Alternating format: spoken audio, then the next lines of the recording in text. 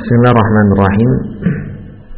Alhamdulillah wassalatu wassalamu ala Rasulillah wa ala alihi wa sahbihi wa sallama tasliman katsira, amma ba'd.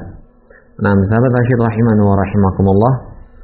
Alhamdulillah, dengan pertolongan taufik dan dari Allah Subhanahu wa taala, pada malam hari ini kita bisa kembali bertemu, bertegur sapa, tentunya dalam acara kita MPH Malam Penuh Hikmah. Nah, semoga apa yang kita kaji, apa yang kita bahas pada malam hari ini memberikan manfaat bagi kita semuanya, baik di dunia maupun di akhirat.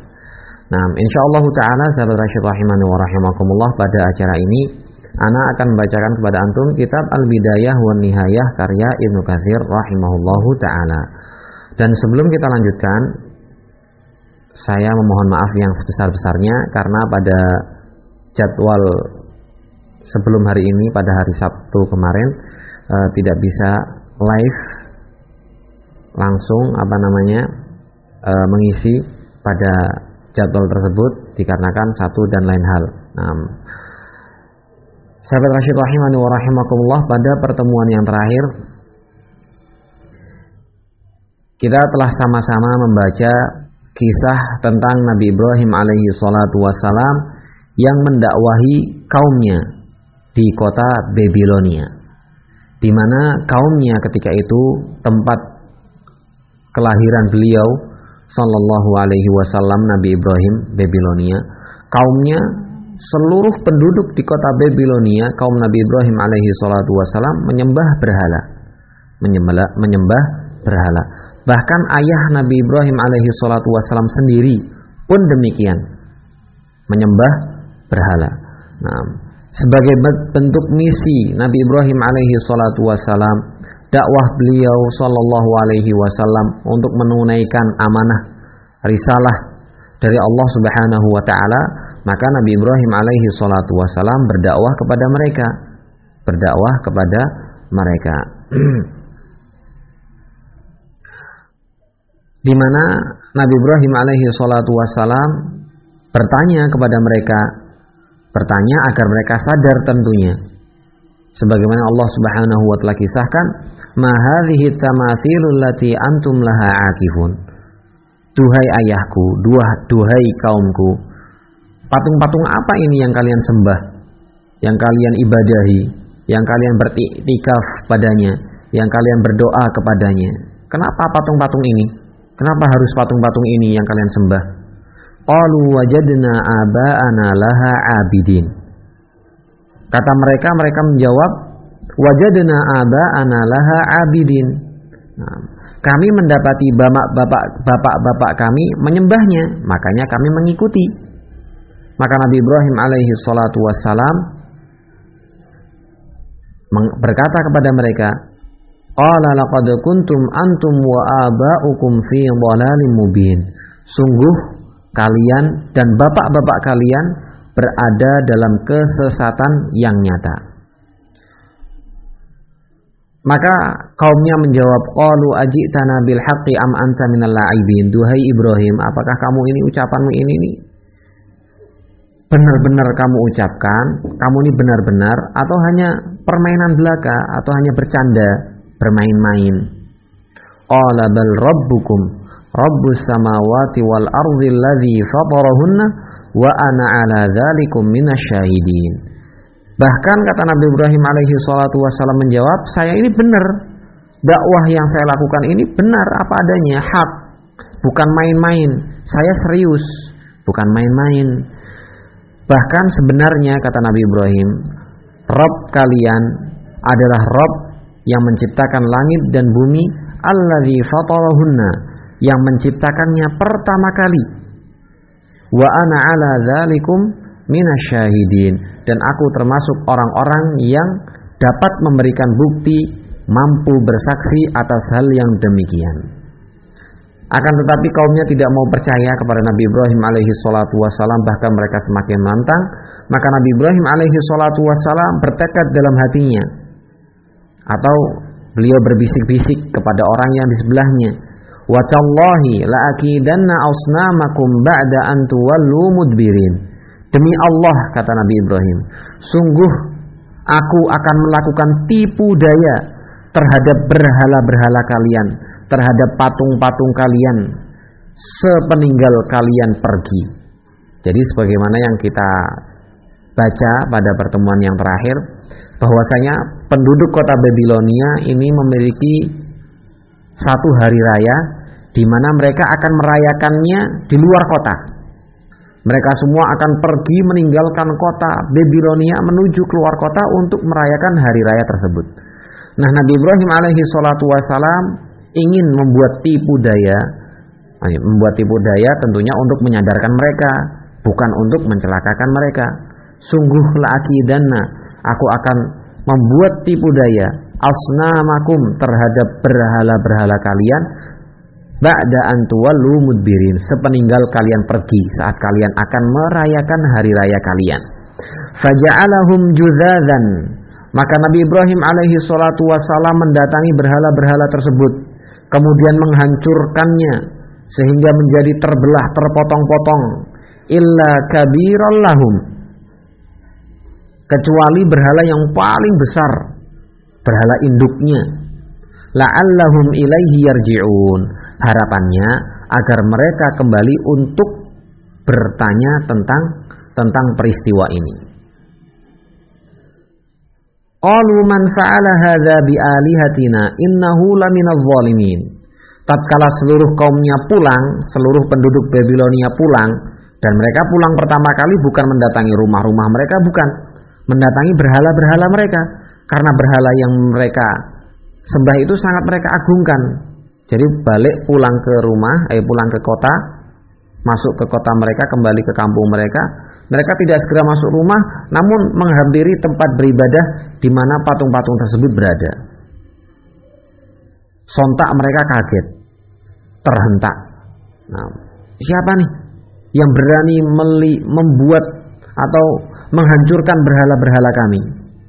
Siapa yang berani menghancurkan berhala-berhala kami? Innahu laminadh dhalimin, sungguh dia termasuk orang-orang yang celaka, orang-orang yang zalim. Kata Ibnu Katsir rahimahullahu taala, wa hadza fihi dalilun zahirun lahum law kanu ya'qilun.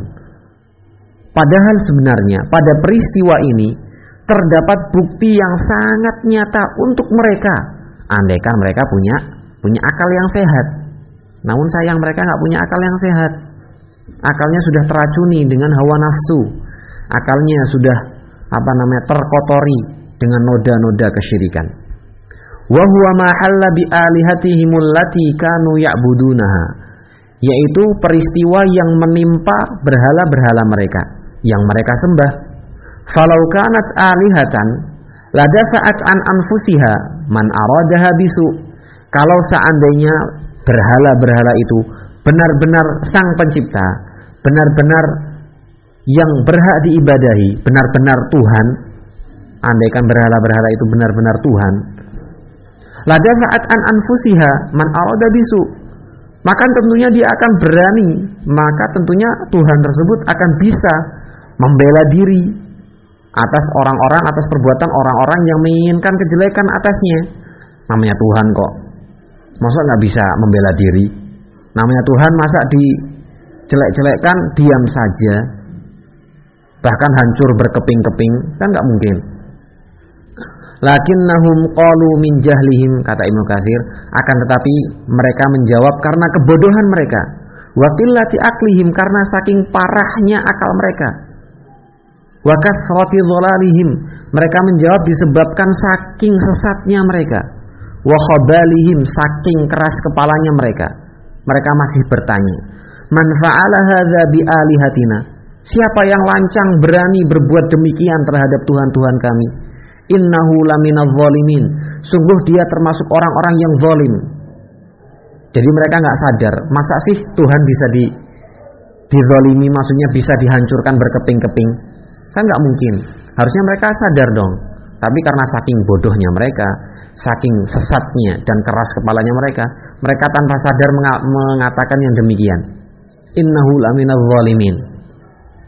Kemudian mereka saling bertanya sesama mereka. Qalu sami'na fatan yadhkuruhum yuqalu lahu Ibrahim. sungguh kami mendengar seorang pemuda. Jadi, peran pemuda ini sangat penting dalam sejarah kehidupan Islam, sejarah dakwah Islam.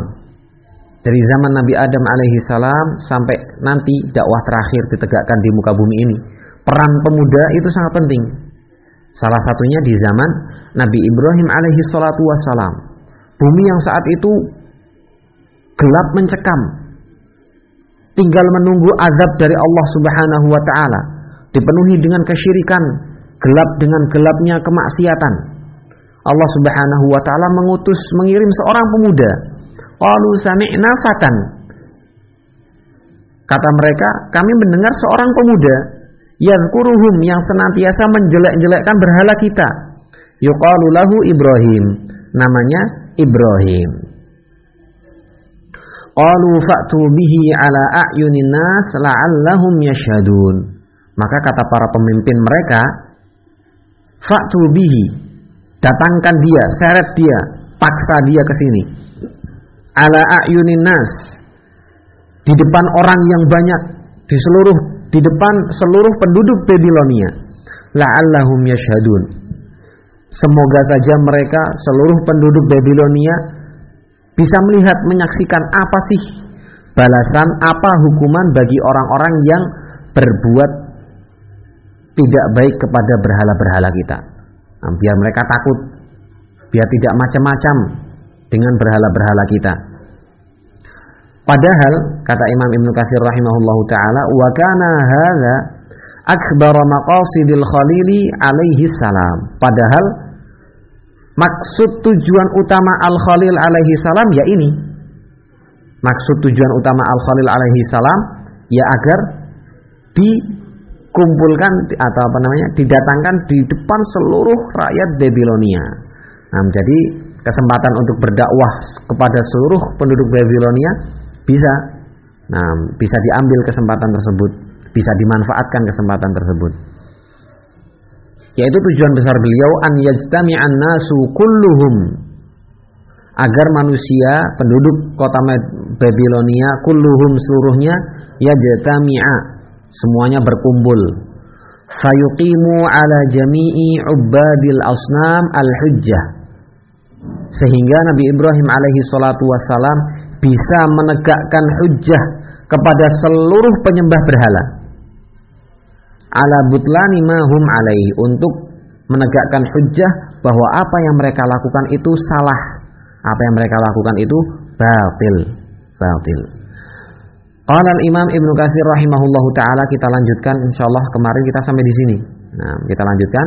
Falamma ijtama'u wa ja'u bih, tatkala seluruh penduduk Babilonia sudah dikumpulkan, wa ja'u bihi, dan mereka sudah bisa menghadirkan Nabi Ibrahim alaihi salatu wassalam, kama dzakaru, maka mereka bertanya kepada Ibrahim alaihi salatu wassalam sebagaimana Allah Subhanahu wa taala kisahkan dalam ayatnya, qalu a anta fa'alta hadza bi alihatina ya Ibrahim, duhai Ibrahim, apakah kamu yang berbuat lancang terhadap Tuhan-Tuhan kami? Maka Nabi Ibrahim alaihi salatu wassalam dengan penuh ketenangan, tanpa ada rasa takut, tanpa mengekspresikan wajah khawatir, tidak ada gentar sama sekali dalam kalbu beliau. Beliau menjawab, bal fa'alahu kabiruhum hadza. Bukankah bisa jadi fa'alahu kabiruhum hadza, bisa jadi yang melakukan perbuatan ini adalah yang paling besar ini tadi, berhala yang paling besar. Karena semuanya hancur, berhala besar yang tidak hancur. Mungkin saja berhala yang besar yang menghancurkan. Fas'aluhum, coba tanya saja kepada berhala tersebut. In kanu yantiqun, andaikan berhala tersebut bisa berbicara. Kata Imam Ibnu Katsir rahimahullahu taala, wa innama arada biqaulihi hadza, maksud dari ucapan Nabi Ibrahim di sini, an yubadiru ilal qauli anna hadhihi la tantiq, agar mereka segera sadar, agar mereka itu tersadarkan bahwa patung-patung tersebut tidak mampu untuk berbicara. Fayatarifu bi annaha jamadun kasairil jamadat. Maka seketika itu pula seluruh penduduk kota Babilonia sadar bi annaha jamad, bahwa patung-patung tersebut adalah benda mati. Kasairil jamadat, yang kondisinya itu seperti benda-benda mati yang lainnya, tidak mampu berbicara, apalagi mendengarkan, apalagi mengabulkan doa, apalagi untuk menolak bala, apalagi untuk mengabulkan permintaan-permintaan. Gak mungkin. Bicara aja gak bisa, melindungi diri sendiri aja gak bisa, bagaimana mungkin untuk disembah? Nah, jadi mereka semuanya faham.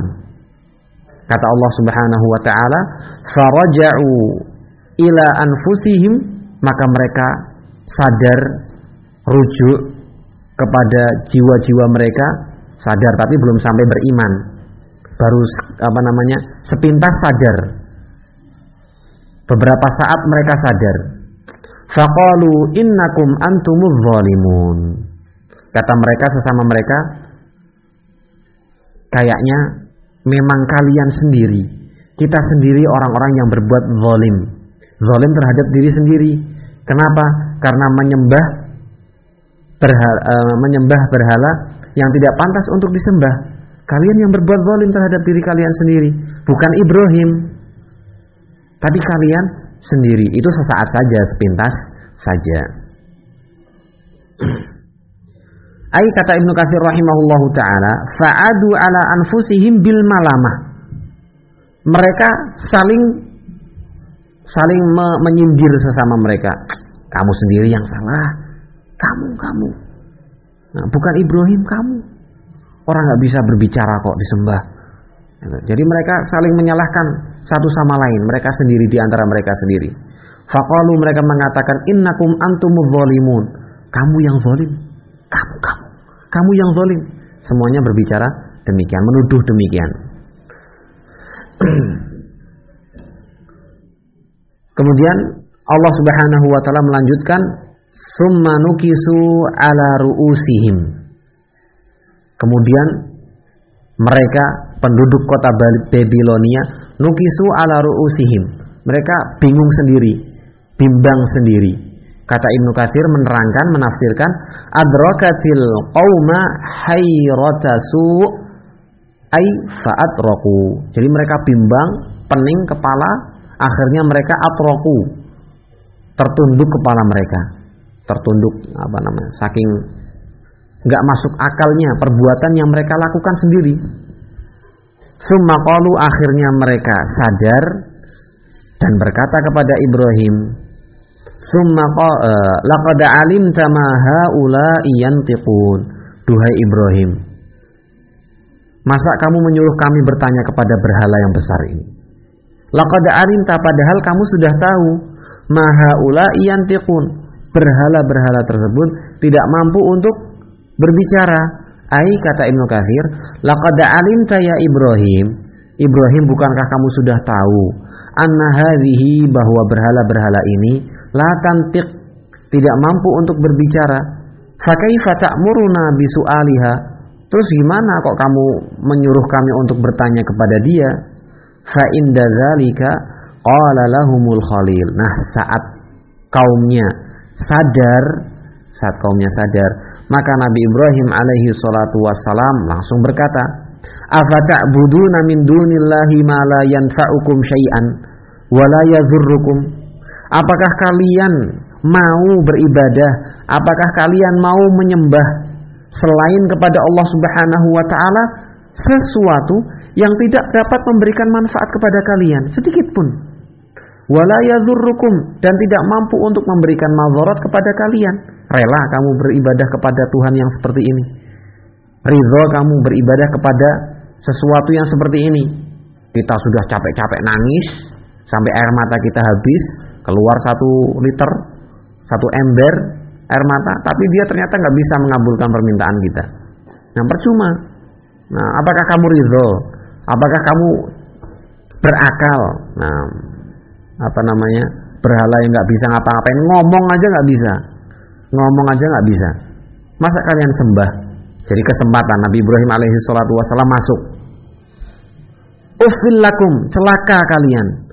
Wa lima ta'buduna min dunillah. Celaka pula sesembahan yang kalian sembah selain Allah Subhanahu wa taala. Afala taqilun? Tidakkah kalian berakal? Tidakkah kalian sadar? Tidakkah kalian bisa berpikir dengan pemikiran yang jernih, dengan akal yang jernih sehat?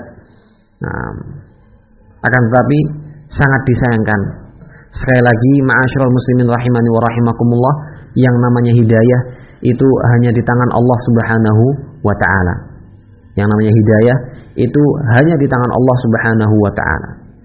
Sebijak apapun Nabi Ibrahim alaihi salatu wassalam menyadarkan mereka, usaha apapun, cara berpikir apapun yang dilakukan oleh Nabi Ibrahim alaihi salam untuk mengajak mereka beribadah kepada Allah Subhanahu wa taala, apapun yang dilakukan oleh Nabi Ibrahim alaihi salatu wassalam untuk mengajak mereka untuk hanya beribadah kepada Allah, namun apabila Allah Subhanahu wa taala tidak memberi hidayah, maka tetap saja mereka tidak akan dapat menerima hidayah. Sudah sunnatullah, ketetapan dari Allah Subhanahu wa taala, hidayah hanya di tangan Allah Subhanahu wa taala. Oleh karenanya, ma'asyiral muslimin rahimani wa rahimakumullah, kita senantiasa berdoa kepada Allah Subhanahu wa taala agar kita tidak putus-putus, tidak henti-hentinya, agar Allah Subhanahu wa taala menurunkan hidayahnya kepada kita setiap waktu, setiap detik bahkan. Semoga saja Allah Subhanahu wa taala senantiasa memberikan hidayah kepada kita. Sesuatu hal yang sudah sangat gamblang, jelas, bahkan mereka sudah mengakui sendiri bahwa apa yang mereka kerjakan itu salah. Mereka sendiri sudah ngaku salah. Kaumnya Nabi Ibrahim alaihi salatu wassalam, mereka bahkan nukisu ala ru'usihim, mereka sudah tertunduk kepalanya. Faraja'u ila anfusihim.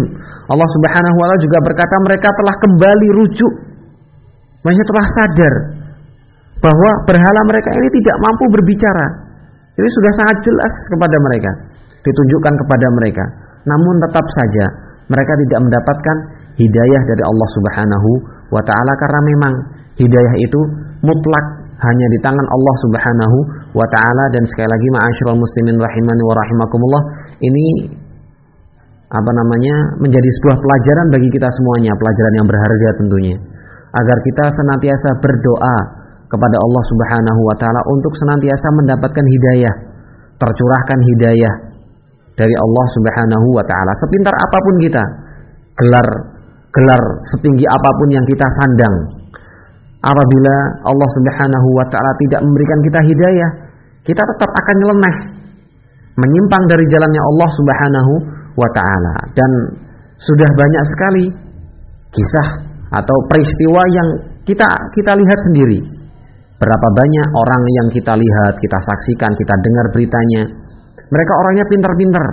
Apa bukti pintarnya? Mereka bisa menyelesaikan pendidikan mereka, fakultas yang mereka tekuni, mereka bisa menyelesaikan, pintar-pintar. Namun apakah mereka dengan kepintaran tersebut dapat menerima hidayah dari Allah Subhanahu wa taala? Jawabannya tidak. Bahkan wal'iyadzubillah, kepintaran mereka justru membuat mereka keblinger, membuat mereka justru semakin jauh dari Allah Subhanahu wa taala. Sehingga kepintaran seseorang itu bukan sebagai tolak ukur.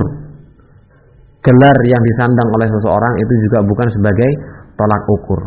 Dan semoga Allah Subhanahu wa taala merahmati Asy-Syaikh Muqbil bin Hadi rahimahullahu taala saat beliau telah melihat dakwah beliau menyebar ke seluruh penjuru Yaman, ke seantero Yaman. Bahkan dakwah beliau tersebar di luar Yaman, di Arab Saudi, di Uni Emirat Arab. Bahkan dakwah beliau pun dirasakan oleh kita, penduduk negeri Indonesia. Asy-Syaikh Muqbil bin Hadi rahimahullahu taala, apa kata beliau? Dengan penuh tawadhu beliau mengatakan, laisa biquwwatina. Hal yang demikian ini, tersebarnya dakwah Ahlussunnah ini bukan dikarenakan kekuatan kita, wala bizakaina, bukan juga dikarenakan kepintaran kita, wala bifasahati alsinatina, dan bukan dikarenakan kefasihan lisan-lisan kita, karena kita bisa menyampaikan ilmu, kita bisa memiliki jiwa orator, pandai berbicara, bukan karena kita bisa bisa diberi kemudahan untuk menyusun kalimat dengan mudah, membuat kalimat itu begitu indah didengar. Bukan dikarenakan itu semua, walakin mahdun bifadlillahi tabaraka wa ta'ala, akan tapi murni, kata beliau, keutamaan hidayah dari Allah Subhanahu wa ta'ala. Bagaimana dengan kaumnya Nabi Ibrahim alaihi salatu wassalam? Ternyata walaupun mereka telah sadar, ternyata walaupun mereka telah menundukkan kepala-kepala mereka, bahkan mereka telah berkata kepada Nabi Ibrahim, bagaimana mungkin engkau menyuruh kami bertanya kepada berhala? Padahal berhala tersebut tidak mampu untuk berbicara. Namun tetap mereka tidak mendapatkan hidayah dari Allah Subhanahu wa ta'ala. Bahkan mereka berbuat lancang kepada Nabi Ibrahim alaihi salatu wassalam. Mereka mengatakan, qalu harriquh wansuru alihatakum in kuntum fa'ilin. Mereka berkata kepada sesama mereka, bakar saja dia. Wansuru alihatakum, dan tolonglah Tuhan-Tuhan kalian. Kebalik, masa Tuhan yang ditolong? Harusnya kalian yang ditolong Tuhan kalian. Masa kalian yang menolong Tuhan kalian? Ya, jadi sudah kebalik akal pikiran mereka. Dan inilah hakikat dari kesyirikan, kemaksiatan, kebid'ahan. Jadi orang-orang yang senantiasa berbuat kesyirikan, kebid'ahan, kemaksiatan, itu bukan orang-orang yang pintar setinggi apapun gelar yang mereka sandang. Nah, justru mereka itu adalah orang-orang yang jahil. Ya, terserah jahil diartikan sendiri-sendiri. Nah, ada yang pantas, ada orang yang yang jahil yang bisa kita artikan sebagai orang yang dungu, boleh juga. Ada kalimat jahil, terkadang kalimat jahil diartikan sebagai orang yang bodoh, boleh juga.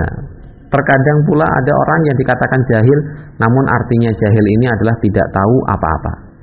Namun bagi ahlul bidah wal ahwa, saat dikatakan orang ini jahil, berarti arti yang paling tepat adalah orang ini dungu.